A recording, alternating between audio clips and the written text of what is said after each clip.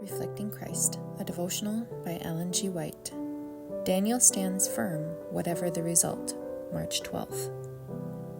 And the king spake unto Ashpenaz, the master of his eunuchs, that he should bring certain of the children of Israel, and of the king's seed, and of the princes, children in whom was no blemish, but well favored, and skillful in all wisdom and cunning and knowledge and understanding science, and such as had ability in them to stand in the king's palaces, and whom they might teach the learning and tongue of the Chaldeans.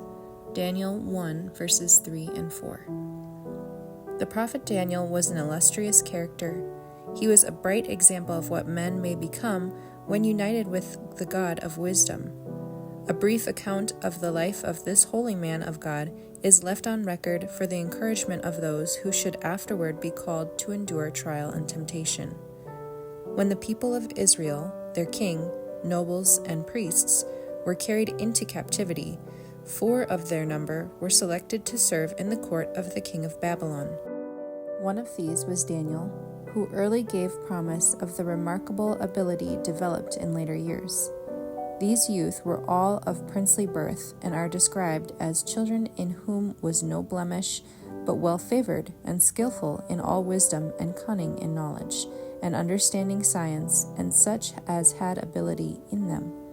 Daniel 1, verse 4.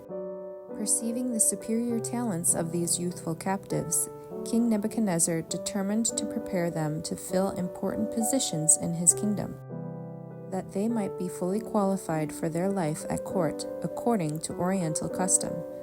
They were to be taught the language of the Chaldeans, and to be subjected for 3 years to a thorough course of physical and intellectual discipline.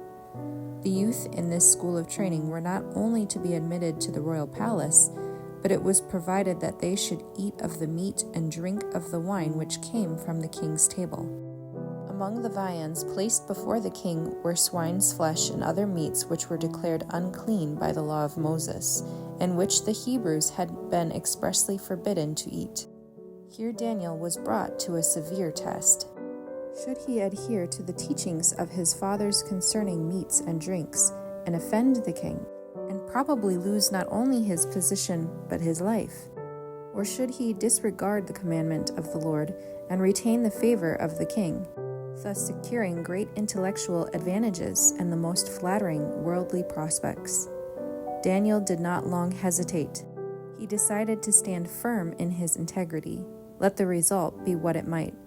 He purposed in his heart that he would not defile himself with the portion of the king's meat, nor with the wine which he drank. Verse 8.